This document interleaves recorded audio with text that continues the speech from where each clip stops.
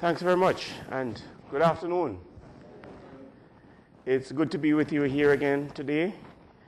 Actually, today is a special day.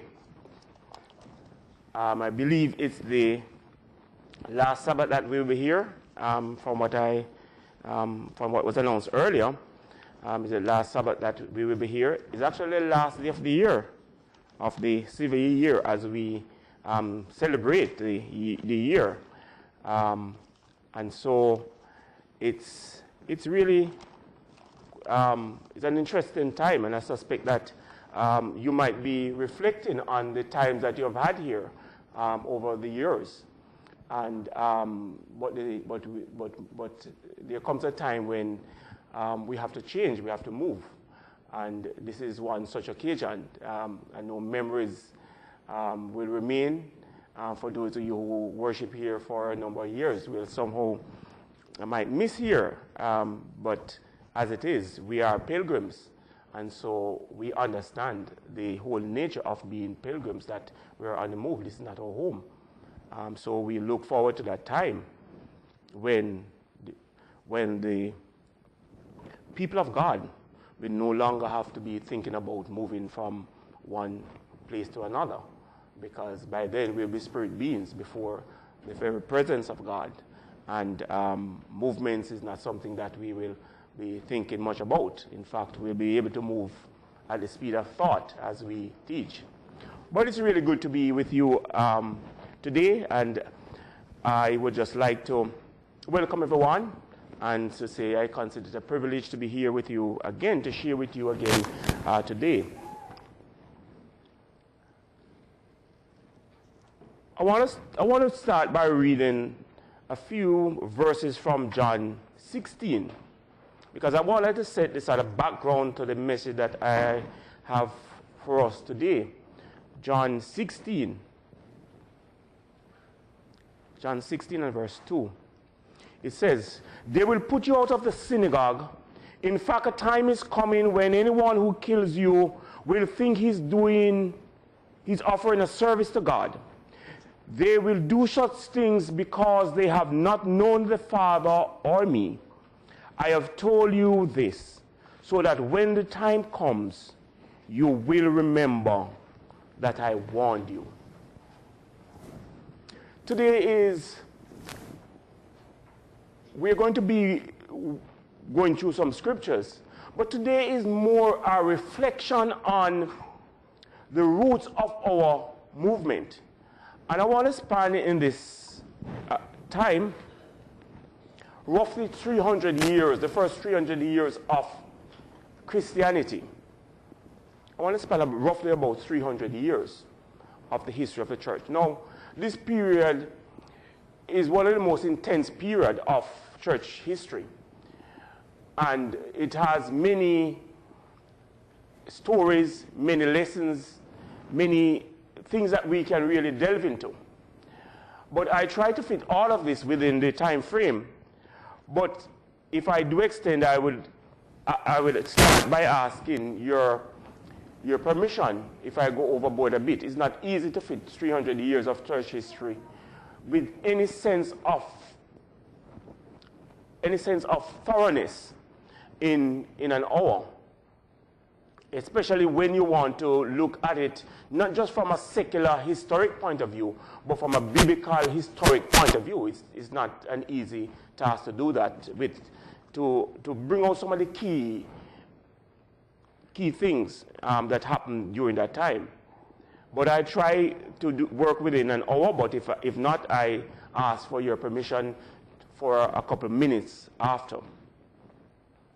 Now, what I've just read was Jesus' words, warning his disciples of what would happen after his departure. They will put you out of the synagogue, and in doing so, they will think that they were doing God a favor. Now, what I want to address today is the separation of Christianity from its Jewish roots. That's an issue that I'd like to address today. I know that many persons are thinking about going back to their roots. That's a common theme, going back to your roots. many times you'll hear people saying that, I want to get back to my roots. It's pretty important that we look at church history. It's pretty important. And I just like to cite two reasons. First of all, looking at church history helps us to think critically, because there are certain information that we have to approach with a critical mind, an inquiring mind, to ask questions, to ask probing questions as to why this happened. So it helps us to think critically, to deal with problems of relationships. Because if the truth is told, church history is really a story about relationships and how relationships change due to certain factors. So that is one of the first things that we think about when we start thinking about church history.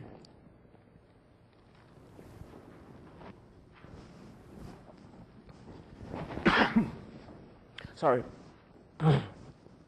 Another thing that we think about is the importance of roots or identity. The importance of roots. Many of you will perhaps remember some time ago a movie by the name of Roots that cataloged the history of an African slave that came to the States.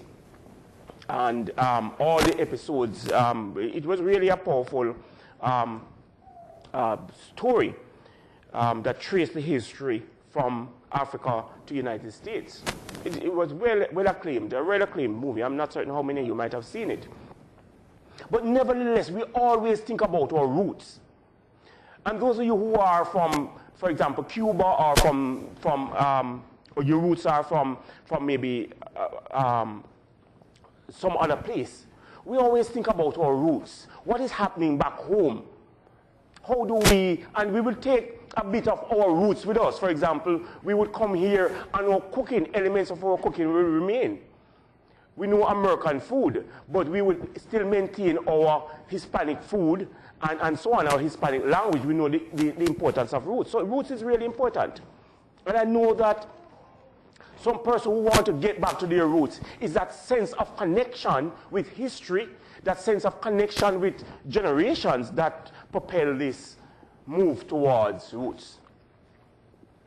But we have to understand our roots before we are able to make that connection, and we are able to understand and apply and to appreciate things in our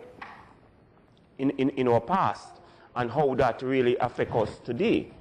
Because as the word says, that those who choose not to remember history, those who fail to learn from history, will certainly repeat it.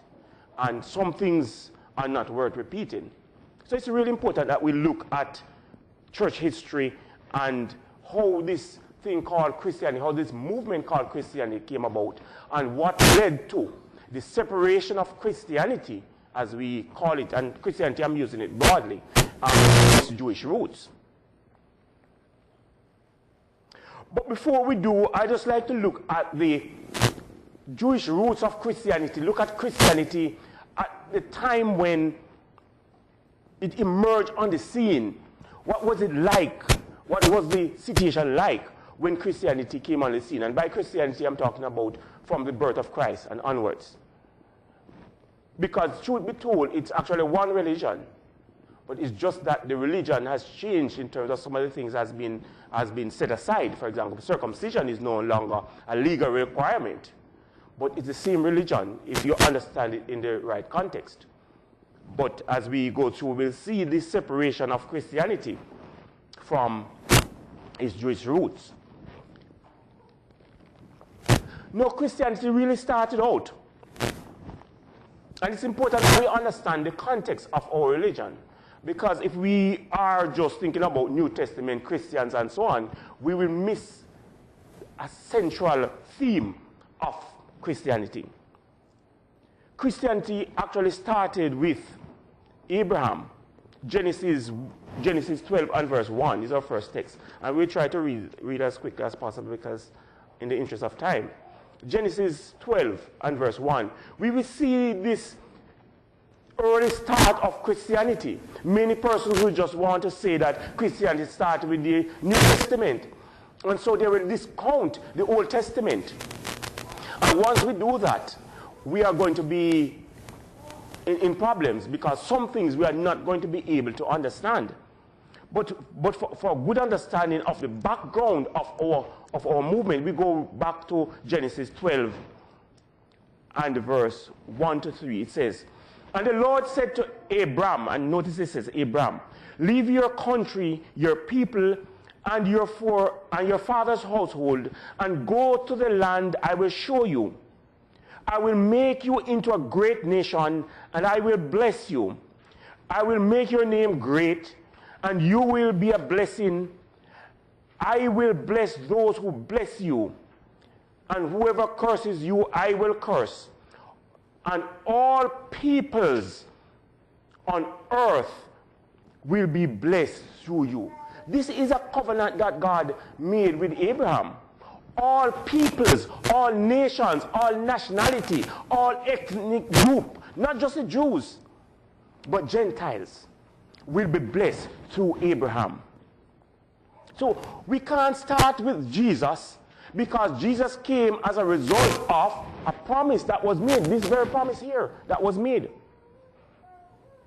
Genesis 26 and verse 2.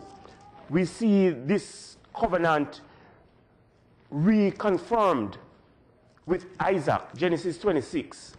I just want to go into scripture just as a result to say that's on the background. Genesis 26 and verse 2. "The Lord appeared to Isaac and said, Do not go down to Egypt. Do not go down to Egypt. Live in the land where I tell you to live. Stay in this land for a while, and I will be with you and bless you. For to you and your descendants I will give all these lands, and will confirm the oath I swore to your father Abraham. I will make your descendants as numerous as the stars in the sky, and will give them all these lands." So we see this covenant renewed with Isaac. Genesis 26 and verse 28, 13 to 29. You don't have to turn there in the interest of time. It was also reconfirmed with Jacob. The same covenant with Abraham, this Abrahamic covenant. Galatians 3 and verse 8 makes an interesting point. Galatians 3 and verse 8. We're going to try and go through as quickly as possible. Galatians 3 and verse 8 make a very interesting point. It says in verse 8 of Galatians 3, "For God, who was at work in the ministry of Peter as an apostle to the Jews, was also at work in the ministry as an apostle, into my ministry as an apostle to the Gentiles." So here we're seeing Peter as an apostle to the Jews, but Paul an apostle to the Gentiles. James, Peter, and John, those reputed to be, I think I'm reading the wrong text. James 3. I think I said Galatians 3 and verse 8. I'm reading 2. Galatians 3. It says in verse 8, "The scripture foresaw that God would justify the Gentiles by faith and announce the gospel in advance to Abraham." So here we are seeing what is called the gospel being announced to Abraham. What we call the gospel now was really declared to Abraham. All the nations of the earth, all the ethnic group of the world will be blessed on account of you.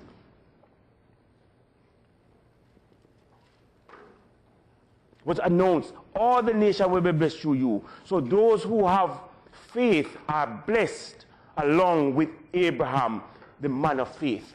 So what we are seeing here is Paul talking about the gospel being preached from the Old Testament times.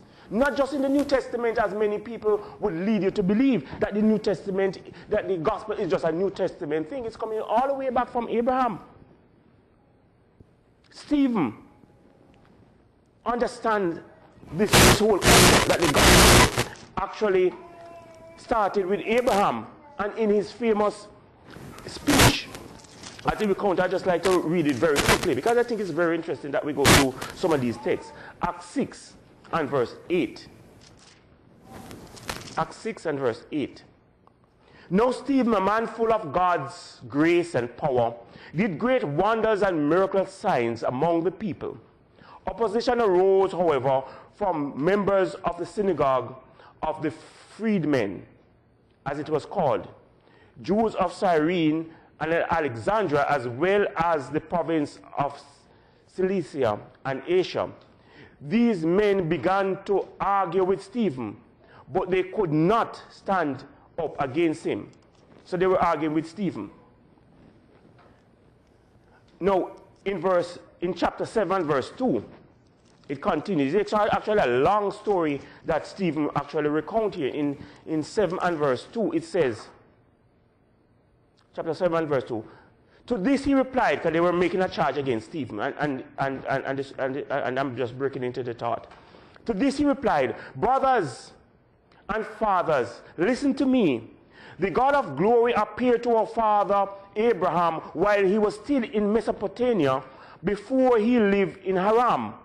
Leave your country and your people, God said, and go to the land I will show you. So what we're seeing here is Stephen recounting that same experience with Abraham that we read earlier on in Genesis 12. In verses 51, he actually started his story there, but he comes to a climax in verse 51. He says, when they refused to listen to him, he said, you stiff-necked people with uncircumcised hearts and ears, you are just like your fathers. You always resist the Holy Spirit. Was there ever a prophet your father did not persecute? They even killed those who predicted the coming of the righteous one. And now you have betrayed and murdered him. You who have received the law that was put into effect through angels, but have not obeyed it. So here we find Stephen was chiding his fellow Hebrews in saying that they did not maintain the faith. In Acts 26 and verse 6, Paul himself says that is on account of the gospel of the fathers. That's why I am now being put on trial.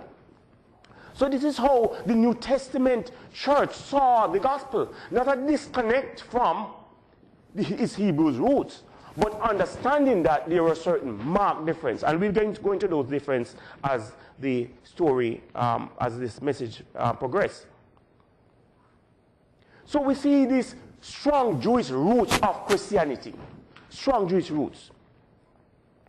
Virtually all authors recognize the strong roots of Christianity, strong Jewish roots of Christianity. Romans 11 makes the point that Gentiles were grafted in the wild olive branch. So we were grafted in into that same promise with Abraham. Luke 2 and verse 25, the birth of Jesus, Simeon said, as he looked forward to the consolation of Israel, he says that, no, I can go in peace because I have seen the Messiah.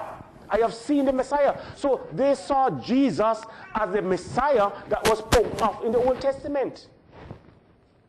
The anointed one, or Christ, as we will call it in the New Testament and in English. Christ.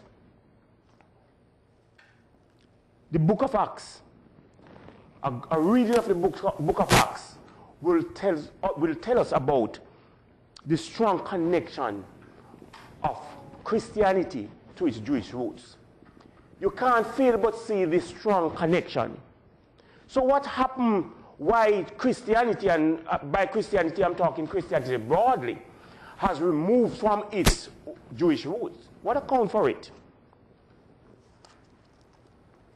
Before we actually answer that question, I want us to look at the era in which Jesus came. What was happening at that time? I want to look at three aspects and how these aspects played a role in the separation of Christianity from its Jewish roots. Because there are certain forces at work that caused the separation of Christianity from its Jewish roots. It was not an accidental separation. I want us first to look at Jewish institutions, and this will help to give us a quick background of what were some of the influences in that time. The first Jewish institution I'd like us to look at is the temple. No, the temple in Jesus' time was actually the second temple, because you recall that the first temple was destroyed. And under Ezra and Nehemiah, they rebuilt the temple. So what we are seeing in Jesus' day was not the Solomonic temple, the more grander temple, but the second temple in Jesus' time.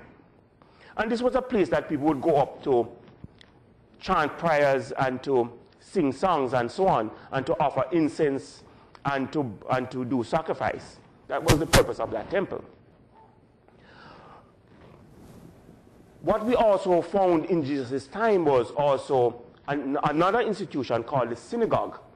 Now, the synagogue emerged somewhere during or immediately after the exile. You remember that the Jews went into captivity, and as a result, I think they went into captivity in about 522, I believe. The southern tribe went into captivity in about 522 BC, and afterwards they came out of captivity, and then the synagogue grew out of that. But in that synagogue setting, it was merely to establish a center for teaching, for reading scripture and so on, and for singing. But it was not a place so much for sacrifice, but really for the instruction in Christian, as it were, in Torah. And this is a place where once there were 10 male Jews, a synagogue could be established. So they were pretty much similar to our church, as it were, in a sort of sense, because you have several church, a church here, a church might, a couple miles down the road and so on. So the synagogue basically, because our church is more or less patterned off the synagogue setting. It was a place for singing, for religious instruction. But then now we have the third Jewish institution that I'd like to talk about. And that's the Sanhedrin. The Sanhedrin was comprised of about 70 members, and at its head was the high priest. This was a sort of political and religious institution combined. And it's more or less, to give an idea of how it functions, it would be more or less like the Supreme Court and your Congress along with the presidency. That was the sort of thing about the Sanhedrin. That's what it would look like. It wielded certain powers. But because the Jews then were under Roman captivity, they didn't have the power to hang, to kill. That's the power that they didn't have. They could recommend and instigate persons to get killed, but under Roman bondage, they were not able to actually sentence a person to death. As we understand in Christ's day, they had to appeal to the Roman rulers. But the Sanhedrin were mostly comprised of priests, scribes, and elders. As I said, they were basically a legislative and judicial institution. And later on, as we go into this, we'll see how some of these things play out in this whole separation from its roots. But the second thing I'd like to talk about as we look at Judaism in the Christian era is the Jewish sects, S-E-C-T-S. I wanted to talk about 4 very quickly. Now, the first I'd like to talk about is the Sadducees. We read about the Sadducees in Scripture. And these were more or less the rich people of the time. They were rich people. They came up from what is called the intertestamental time with the Hasmoneans. You remember the Maccabean revolt? You have heard about the Maccabean revolt and so on. They were the person who came up from that time. They wielded political power because they were more or less of the priestly class. So they controlled the work of the priest. they were a group that wanted to maintain the status quo. They want things to remain as is, because they had power. They had real power, because they were priests, and so they wanted things to remain the same. They weren't too interested in carrying the fight to the Romans who had them in captivity. So they want things to remain the same. They had very close ties to the temple system, the Sadducees. But unfortunately, the destruction of the temple in AD 70, that group, because of their closeness to the temple, that group didn't survive AD 70. So the Sadducees largely, as a group, came out of existence in around AD 70, because many of the priests who were in the temple at the time were killed when there was this destruction of the temple in AD 70, and we'll get there.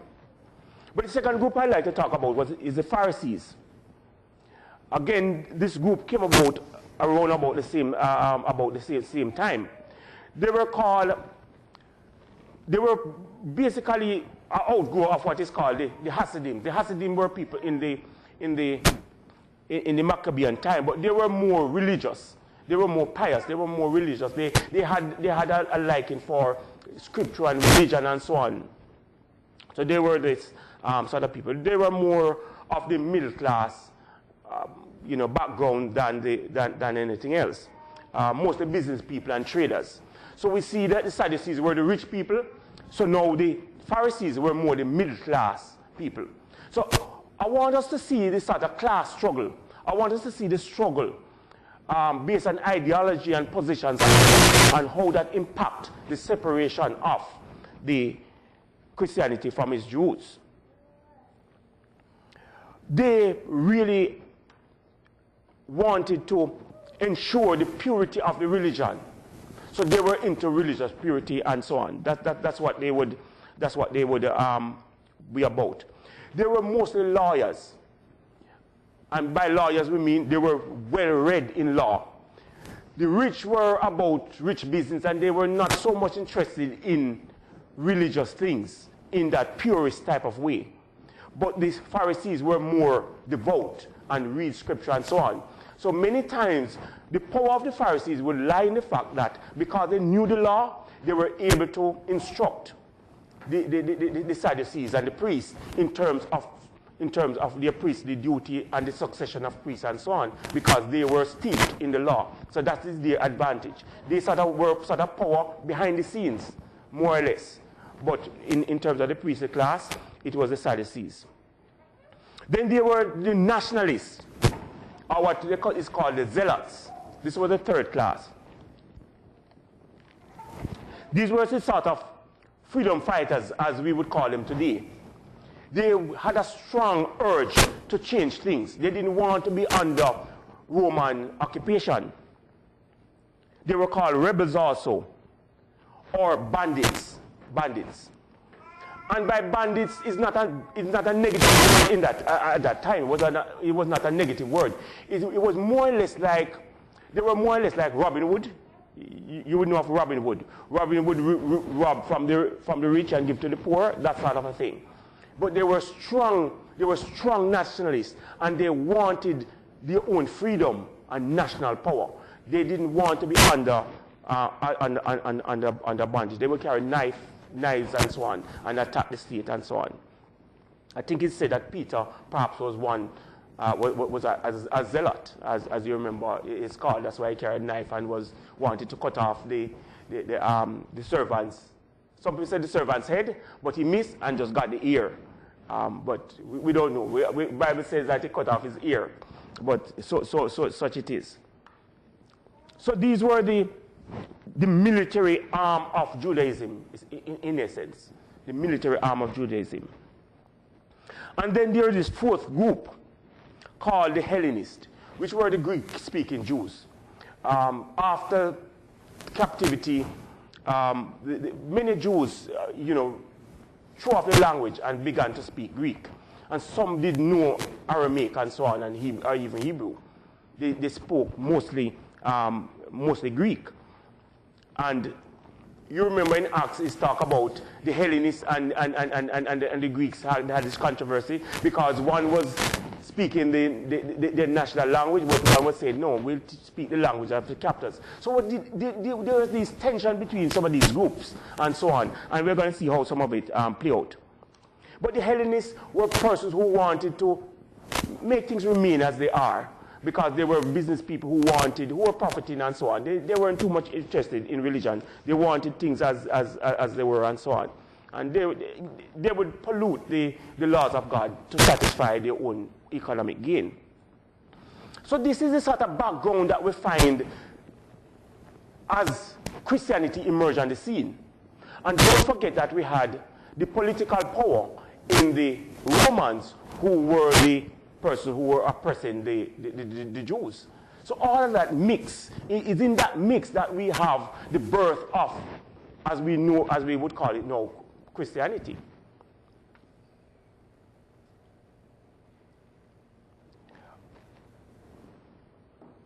Now, Christianity, as we understand it, came about with Christ, as the name suggests. And later on we go much into a bit of that.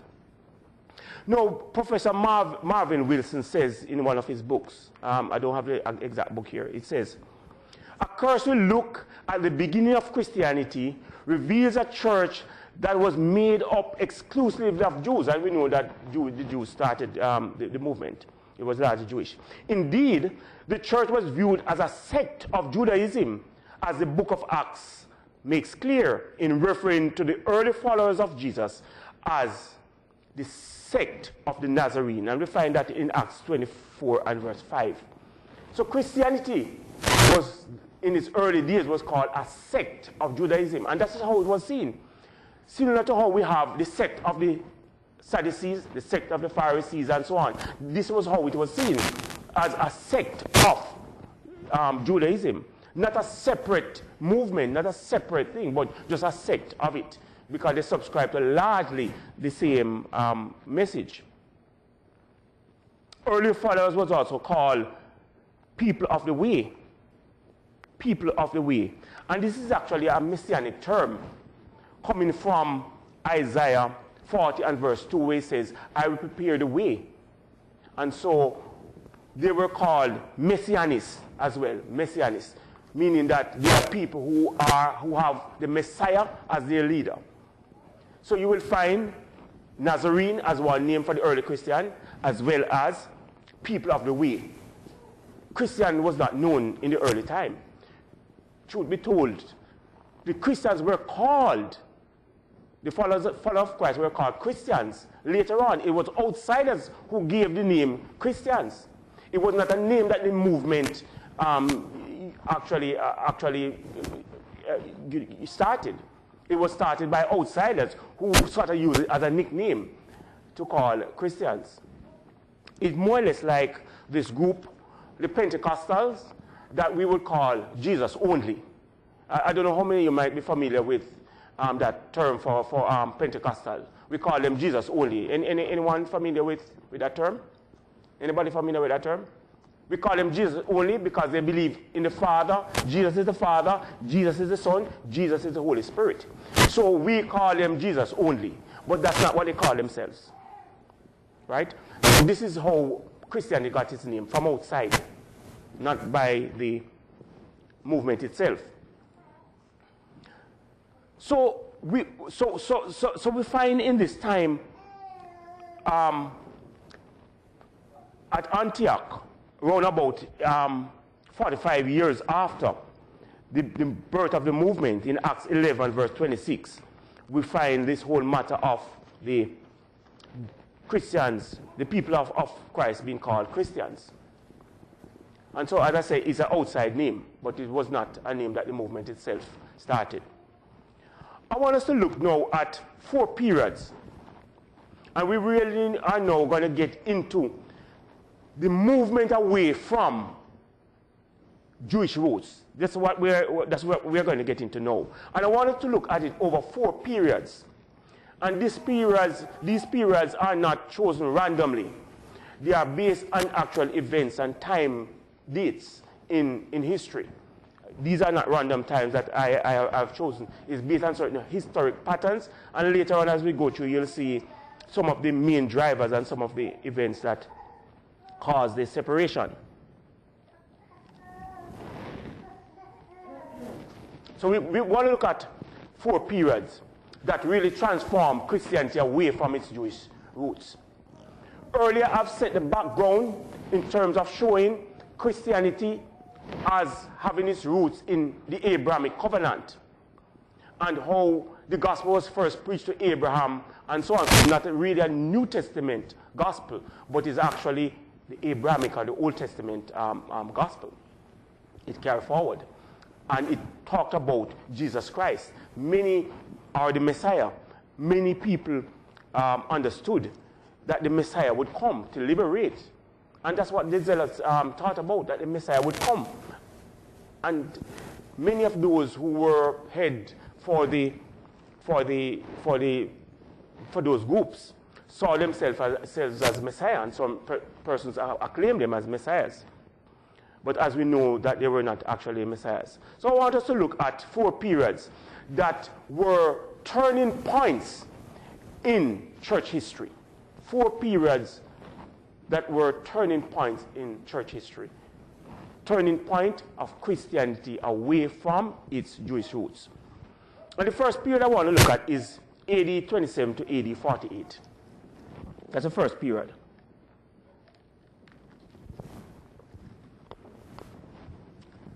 AD 27 to 48.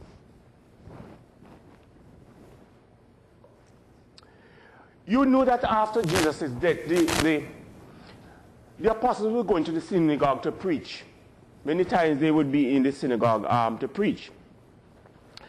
Peter had early success. His first sermon, he converted 3,000 Jews, as I think we read in Acts, in early part of Acts, where it says that they enjoyed the favor of the people. I think in Acts 2 and 46, Acts 3 and verse 1, where Peter's own message on the day of Pentecost, 3,000 were baptized.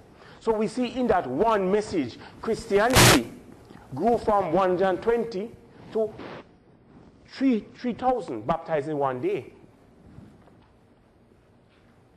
His second sermon, as recorded in Acts 4 and verse 4, 5,000 were baptized.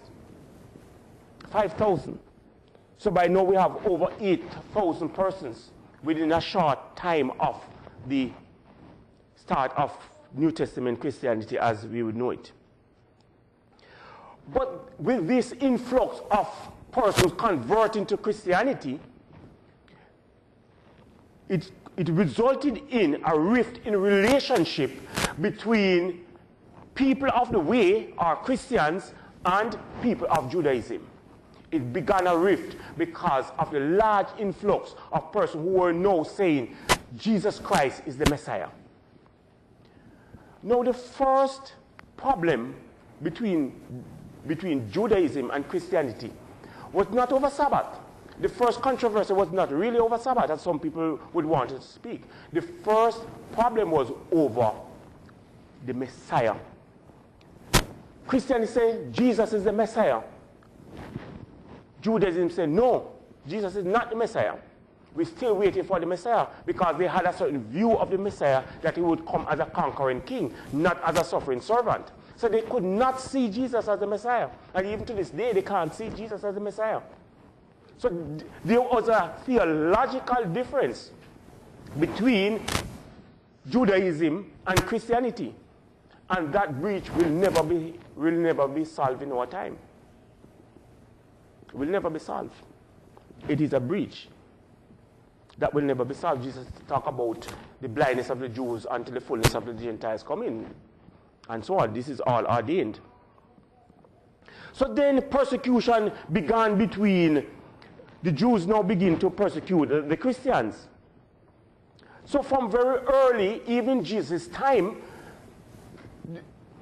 the Christians were being persecuted because Jesus himself was persecuted.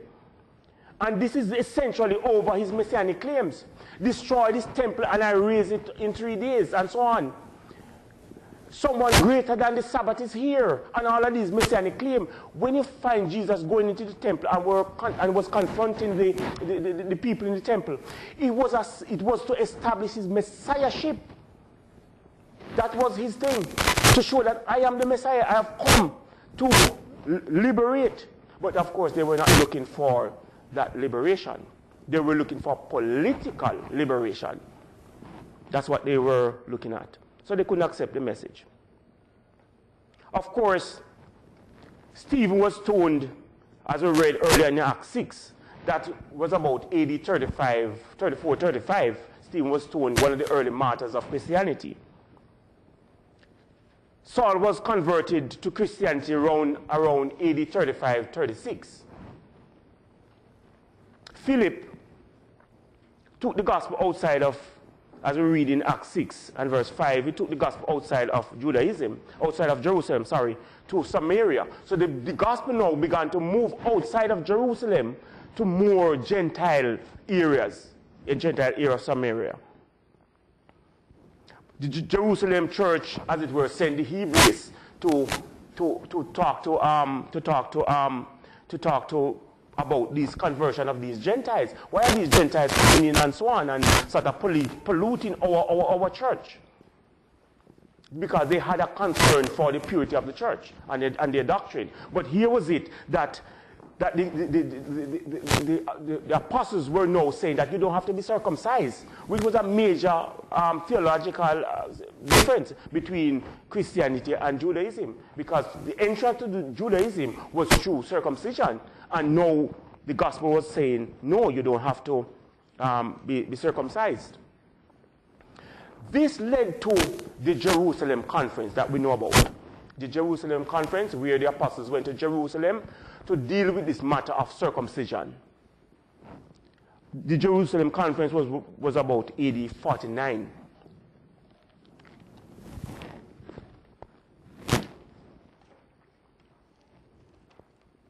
In the interest of time, I won't go through, but I believe that many of us know what happened at Jerusalem conference, where it was unanimously agreed, and an edict went out to the churches to read that circumcision is no longer a necessary requirement for salvation. The people of God need not be circumcised, because circumcision is of the heart. It is not the fleshly circumcision, and so on. And there was this battle. So there was this was a sort of start of the separation between Christianity and Judaism. Messianic claims as well as circumcision. These were some of the two elements that began the separation between the two movements.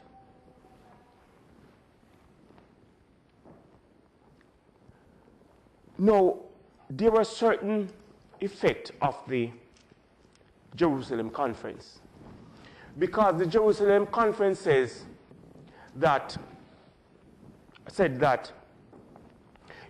Gentiles need not be circumcised. And you know, for a grown person now to go and circumcise as a means of getting into a religion, it was really a hazard. It was really putting up a sort of stumbling block. And in fact, the Jerusalem conference recognized that. And so, as a result, Christianity began to, and by Christianity here now I'm talking about true Christianity, not Christianity in its broadest sense, but Christianity in its narrowest sense. True Christians. The Christian movement began to grow far more than Judaism. Because many of the Gentiles, rather than becoming a proselyte from Judaism, would go to Christianity, because it was easier in the sense that you didn't have to circumcise and so on. And there was this sense of unity, of sharing, of feeling a part of. In the Jamaican situation, sometime in the 70s, the government changed a law whereby persons who were born out of wedlock had equal right under the law as a person born in marriage. Because previously, a son or a daughter born out of wedlock would have no right to the estate of his father or mother. That's how it was. Because it recognized persons born within wedlock. Within marriage, the law was changed, whereby you would have the same right because you're a child of a parent. And as a result, the phrase goes like this: no bastard, not there again.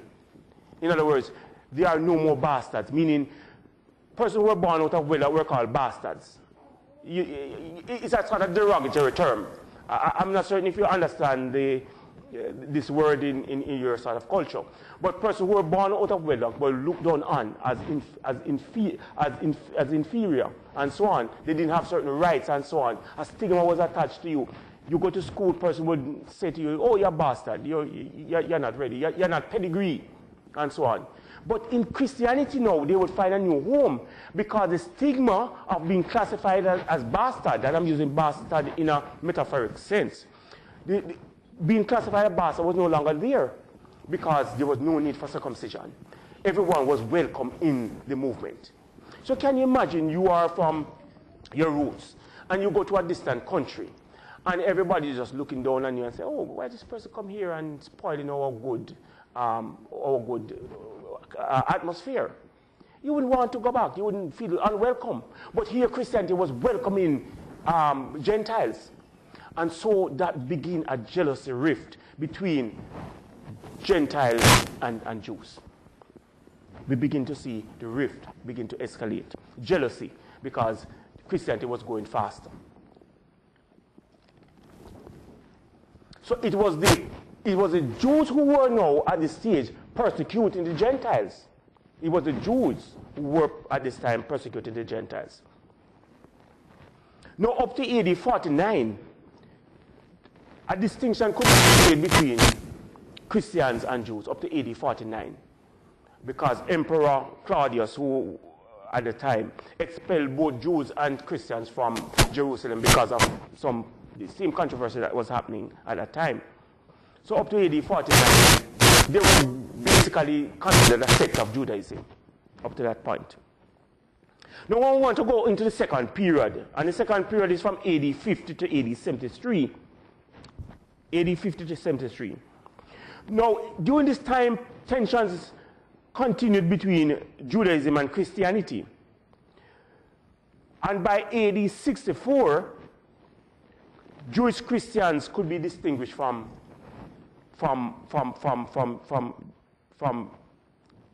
people of Judaism. So at AD 64, it was seen as a separate movement now, rather than a sect of, it was seen as a separate movement, a distinct movement. By AD 64, it was not seen as a sect. The differences began to be so great that it was recognized that this is not just a sect of, but a separate religion. And so Christianity, more or less, around about that time, took on its own form. Now, the decade of the 60s was very turbulent, because it was during this time that tradition has it that James the Just, who was Bishop of Jerusalem, he was martyred around AD 61, 62. Paul himself was martyred in Rome, according to that tradition, AD 64. Emperor Nero set Rome on fire in AD 64 and blamed it on the Christians. So we begin to see certain problems begin to escalate in this time period. The zealots now who were progressively got more unstable. They wanted to revolt because things were getting worse. So the zealots, remember the zealots wanted to put off the Roman captivity. They were getting even more aggressive. And so we have all of these factors coming together round about AD 64. And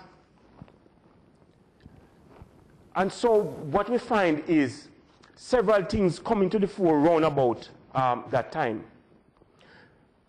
Let us turn to Luke 21 and to sort of get a religious background to it. Luke 21. It says, and this is Luke 21 and verse 20 says, when you see Jerusalem being surrounded by armies, you will know that its desolation is near. Then let those who are in Judea flee to the mountains. Let those who are in the city get out. And let those in the country not enter the city. For this is a time of punishment, in fulfillment of all that has been written. So round about late AD 60, we find this tension, and this is the time that Jesus actually prophesied about. The time when people who were in Jerusalem ought to flee.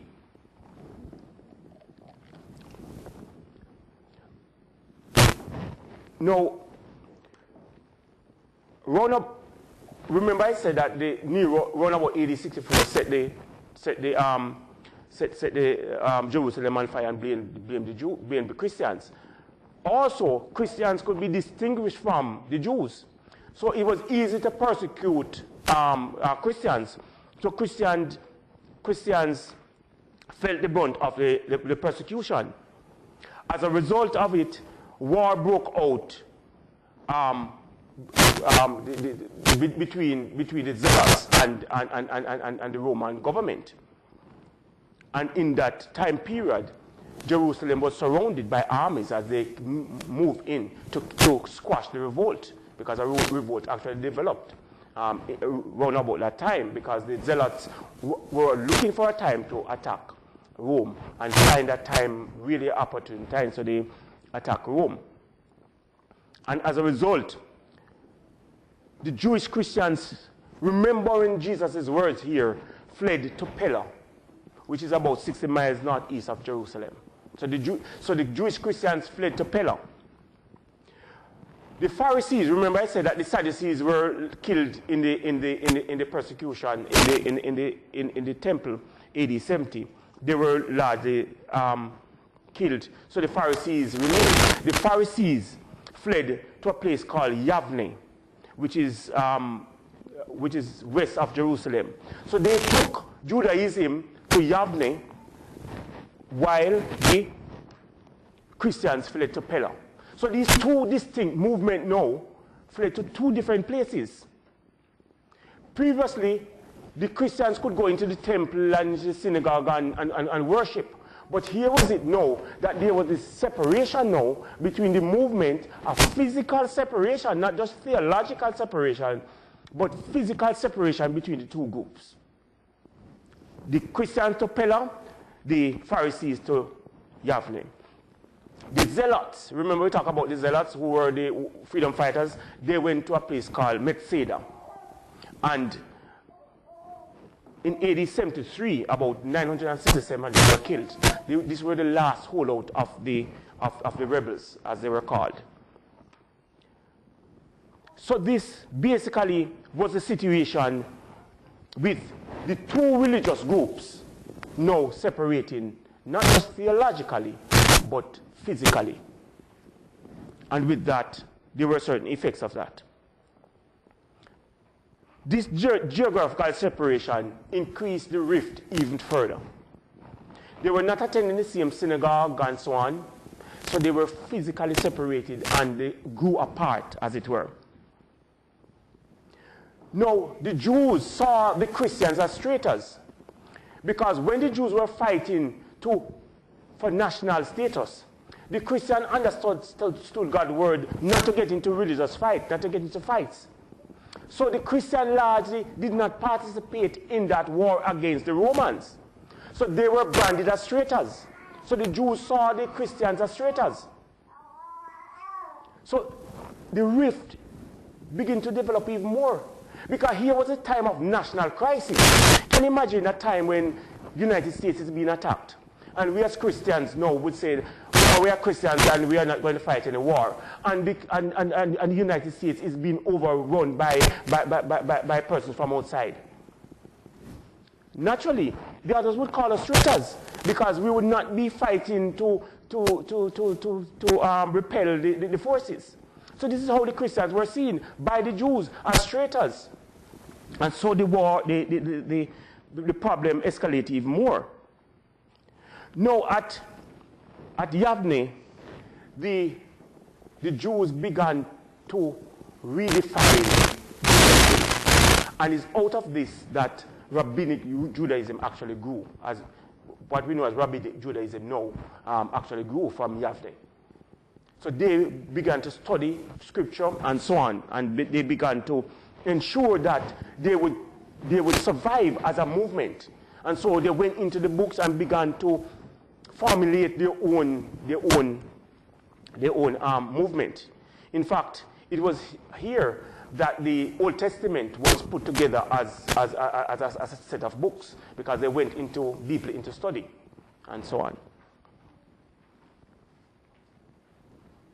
Now, hear what Dr. Ron Moses said in his book, Yeshua, A Guide to the Real Jesus and the Original Church. Hear what he writes.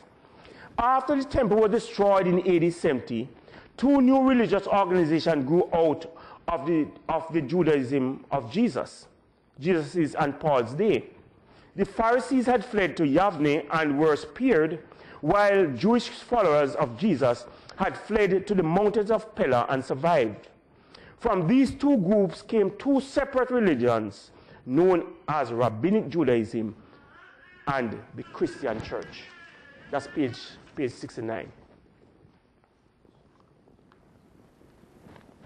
Professor W. Davis writes, the early church up to 70 CE was a daughter of Judaism. Only after that did it leave the nest. So AD 70 marked a major turning point in the separation of Christianity from Judaism. Major changing point. I want us to look now at the third, I think this is the third? Yeah, this is the third section, and I'll go through it pretty briefly. The third is the time period AD 74 to AD 135. Remember that I said that the two groups were separated physically as well as theologically. And as a result, they each tried to consolidate their own position, and by consolidating, they actually grew apart, because now they were getting to religious purity and so on. And as a result, the rift began to grow even more. Now, it is said that at Yavne, the Jews coined a phrase that was intended to keep Jews and Christian apart. It is similar to what we would call Hail Mary. If we were to go into a Catholic church, we certainly would not recite Hail Mary, Mother of God, pray for us sinners now at the end of our day. We wouldn't say that, because that's not our understanding to be theologically correct. So if a person wanted to find out who would be Christians, they would say, no, brethren, we recite the Hail Mary. And you would just watch to see who would cite it. True Christians would not cite it, because they understand this is not theologically correct. So the Palestinian Hebrews, they came up with, it's debatable whether or not it was a curse on person who were called heretics, or it was just intended to purify their religion. Scholars debate on both sides. But I want to read very quickly for you what this benediction was about. It's called a benediction. It's called the Jewish 12th benediction. It says in part, for apostates, let there be no hope, and the dominion of arrogance do thou speedily root out in our days. And let the Christians, they use the words Nazarenes, let the Christians and the heretics perish in a moment. Let them be blotted out of the book of the living, and let them not be written with the righteous. This was what came out of the movement in trying to purify their religion. No, we wouldn't go to a place that was pronouncing this benediction on us. Let us die in a moment. Let us not really receive favor and so on. We would not go there, because once we were required to cite that, we were not going to cite that, and we would be uncomfortable there.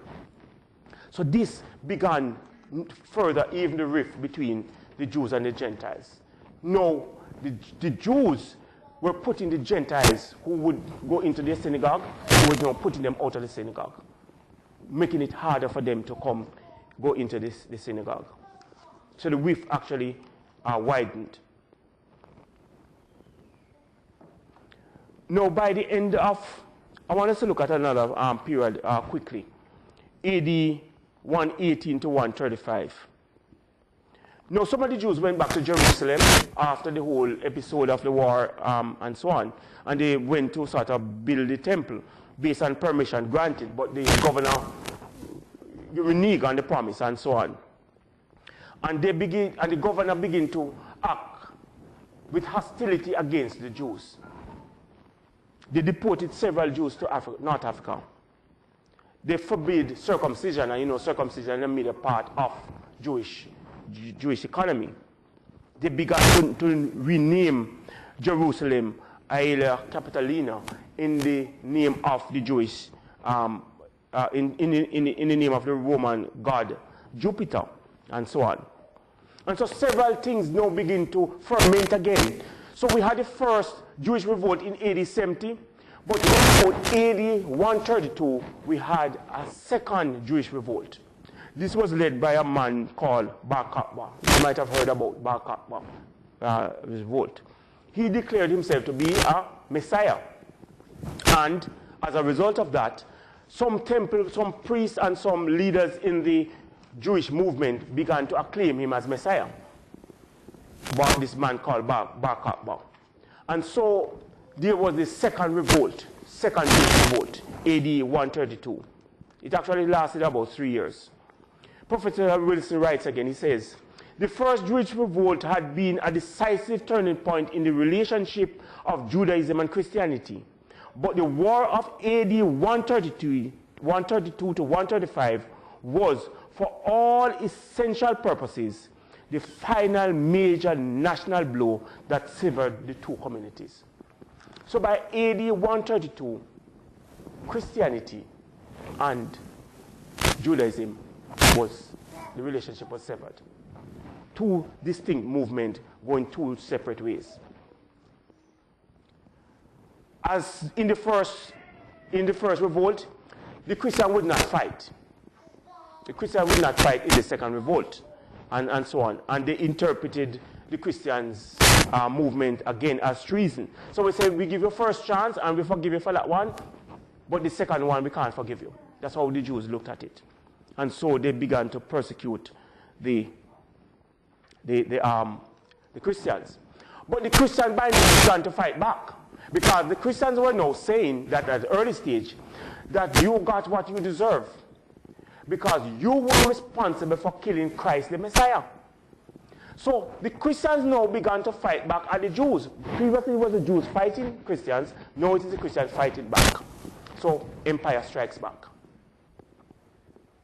You kill Christ, and a polemic against the Jewish people began as early as AD 132 or thereafter. You kill Christ, you got your just punishment because you killed Christ, and so on.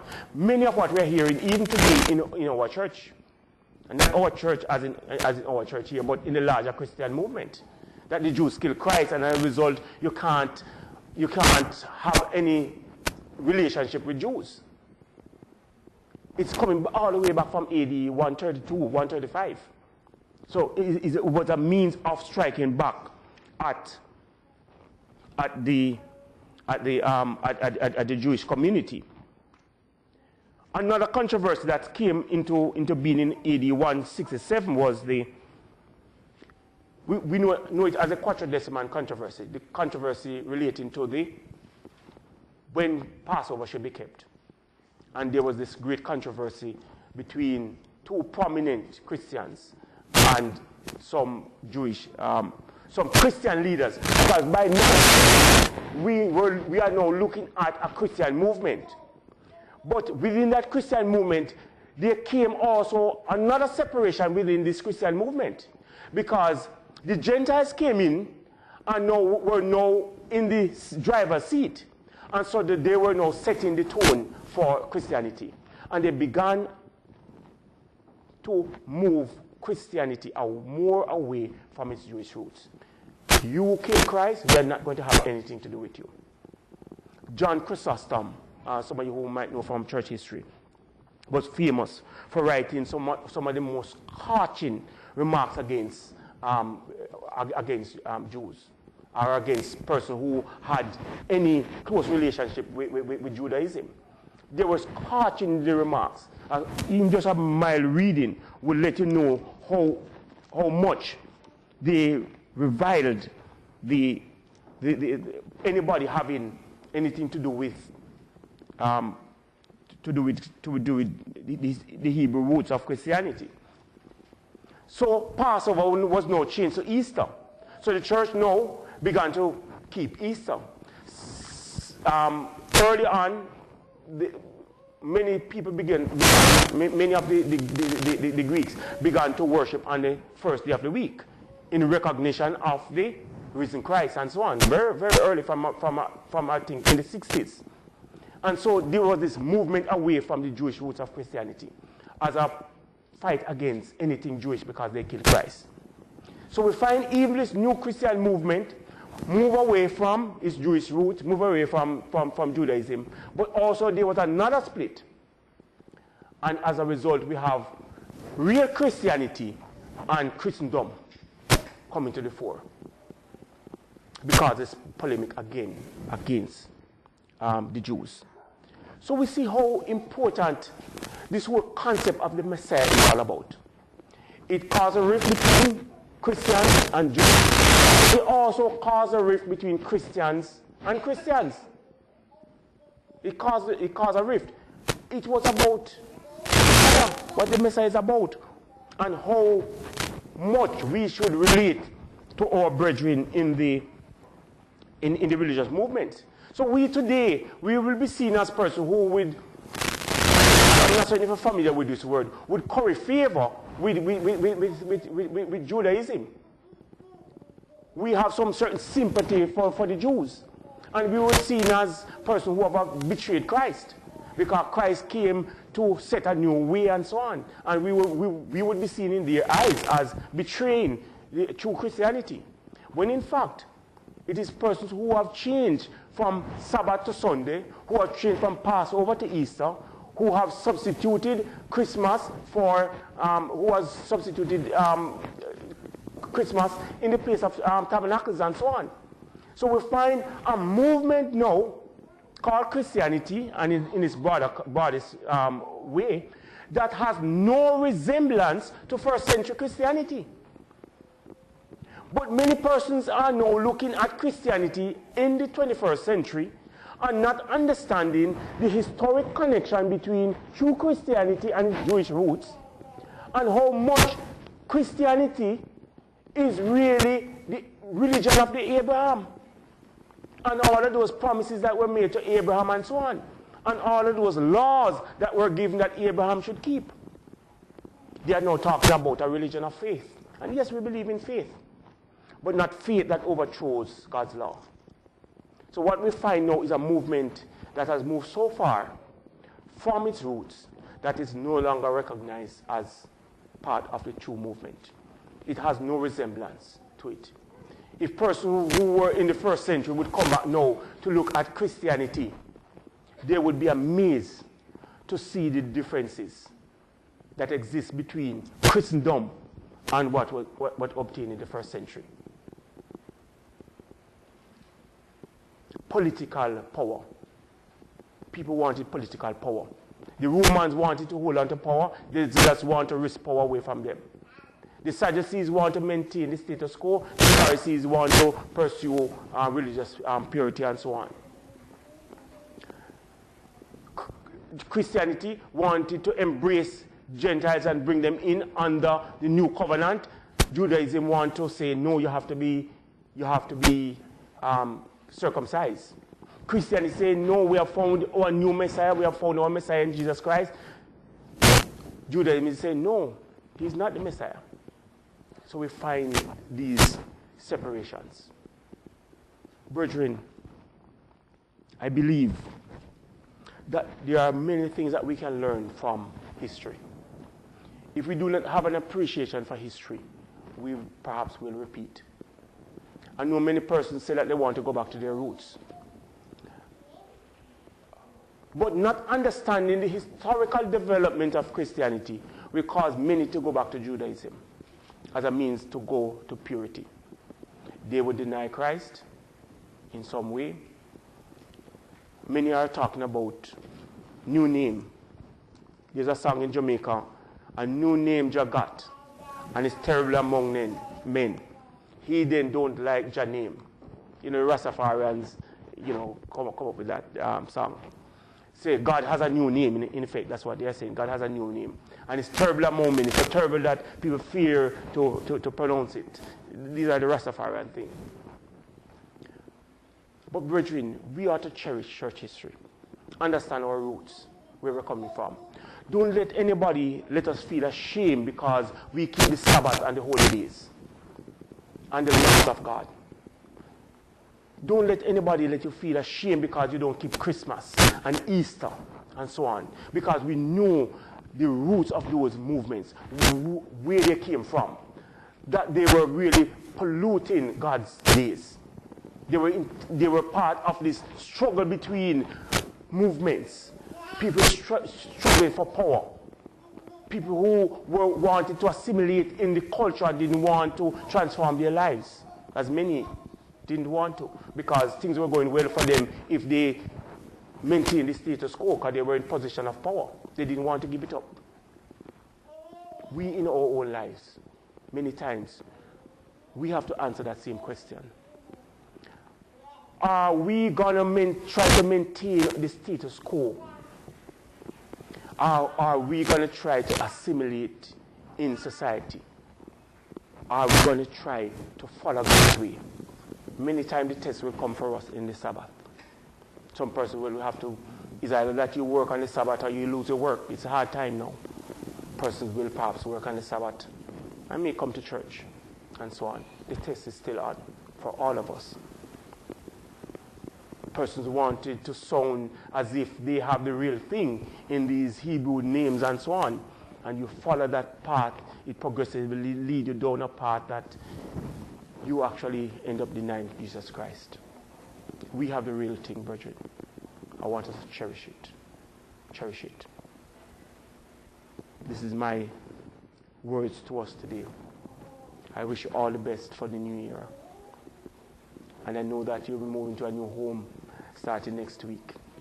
I hope to see you there when I return. God bless you.